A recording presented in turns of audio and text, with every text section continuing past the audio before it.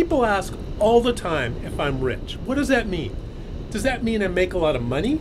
Does that mean I have a lot of expensive things?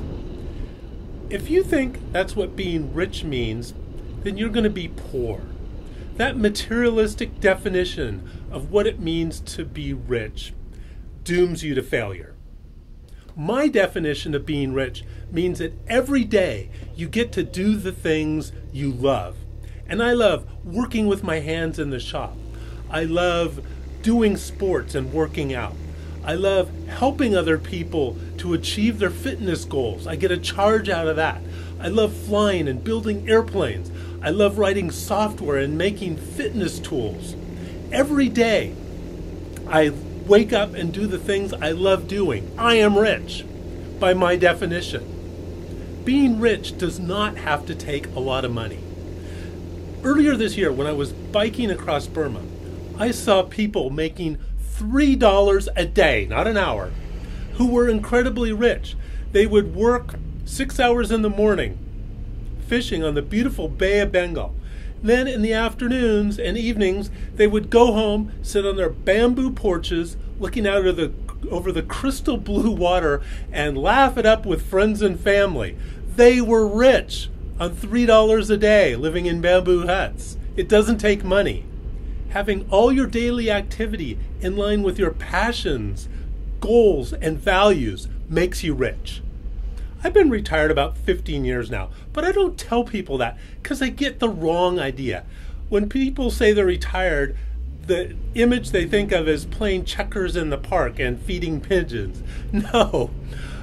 As an engineer, I work 12-hour days. As a retired person, I work 12 to 14-hour days. The difference is I follow my passions. I do the things that really excite me. The trouble I have every morning is trying to figure out how to allocate my time amongst all the things that I'm really, really excited about doing. As an example, I just spent the last 6 weeks working 7 hours. As an example, I just spent the last 6 weeks working 7 days a week, 12 to 14 hours a day on this really cool custom meal planner software tool that I was working on.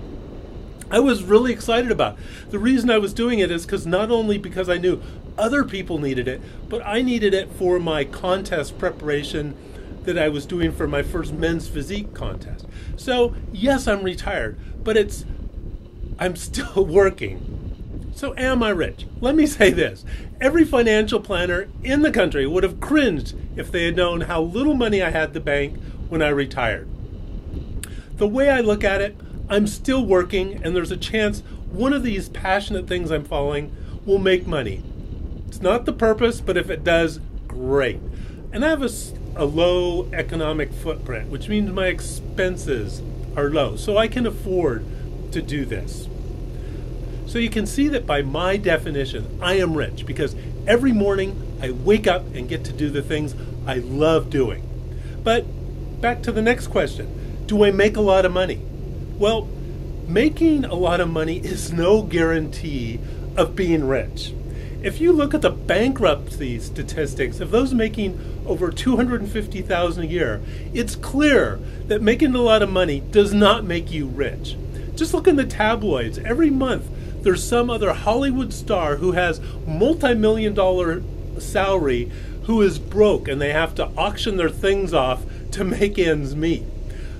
Making a lot of money is no guarantee that you're going to be rich. Let me tell you the most amazingly simple and exciting thing. If you remember this, you will be rich. It's not how much money you make. It's how much money you save that matters. I know you've heard that a zillion times, but let me give you my personal example so you can see how it worked for me. So I'm retired. I'm an engineer. I still consider myself an engineer because I still do a lot of software design. But back before I retired, I never made more than $90,000 a year. Now, I know $90,000 is a respectable salary, but compared to what engineers make today in the post-dot-com boom, $90,000 is a pittance. So I never made more than $90,000 a year, but I kept my expenses really, really low. I had roommates. I had a beater Econo car that I drove for years and years and years into the ground. I would never go out to eat more than maybe once a month at most. I would always pack my lunch for work. I would take inexpensive vacations like going backpacking and things like that. I would save 30% of my salary every month and put that in the bank. It's not how much money you make, it's how much money you save that matters. Really important point. Money is time. Every time you buy something, you pay for it with time. Exactly how many hours do you want to work in a month?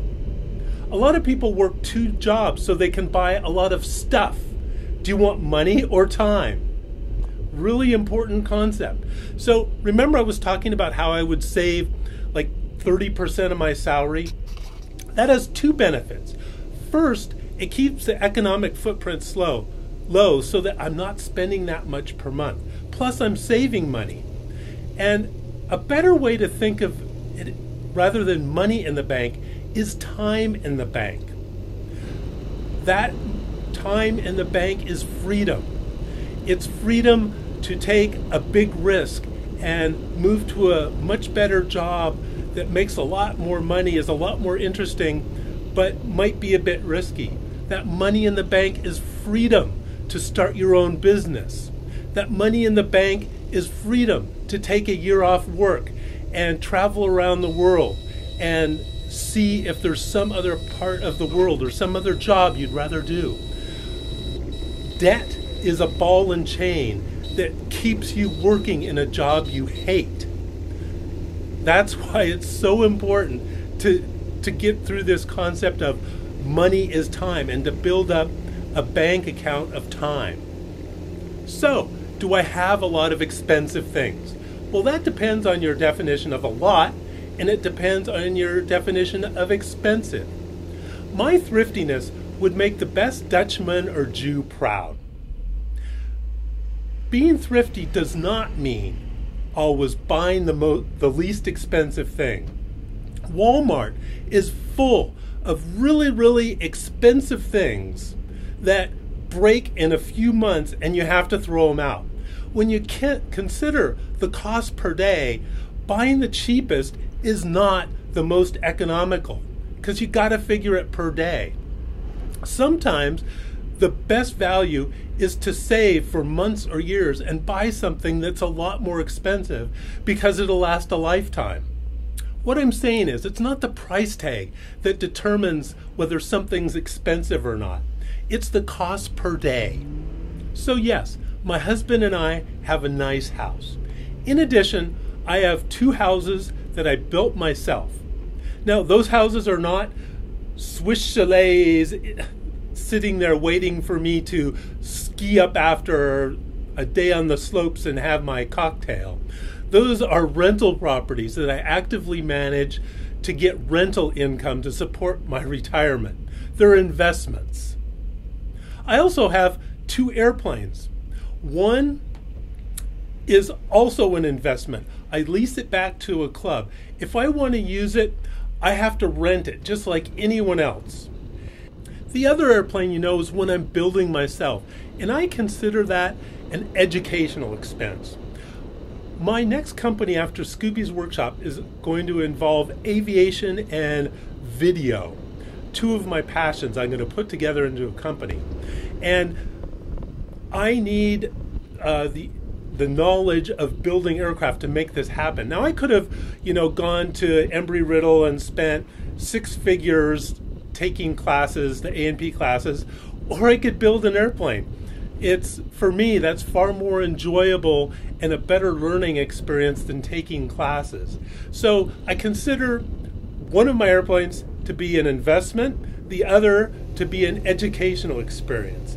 I don't consider those luxuries. So there are 2 purchases I've made in my life that I consider luxury purchases. And that's our diamond wedding rings, and the other one is my Porsche. But there comes a certain point where I realized that I had my retirement under control. Everything was going according to plan, and I could afford some luxury purchases. Now, yes, a Porsche is a luxury, but I need a car anyway. So the only luxury is the small amount above what another car would cost. So it was an affordable, calculated luxury. So what the heck is all this about? Who actually cares if I'm rich or not? Well, these days, the subject of money and wealth is kind of taboo. A lot of times, parents don't even discuss it with their kids, and kids grow up thinking that money equals rich. And I'm trying to show you another perspective, that money is not how you measure being rich. From my perspective, what being rich means is every day waking up and being able to do the things that you're passionate about. And that doesn't have to take a lot of money. Now, I didn't tell you all this stuff to try to impress you. In fact, I would have much rather kept all this stuff private. But I was doxxed a couple years ago, and it's all out there anyway, so we might as well make this a teaching moment and an opportunity for me to talk to you about wealth and how you can become rich. So in the final video in this series, we'll cover how you can do the things you love and get paid for it. In other words, how to be rich. Sorry for this long rambling video, but it's somewhat a complicated, sensitive subject to cover, as you understand. So thanks for bearing with me. Bis nächste Mal. Auf Wiedersehen.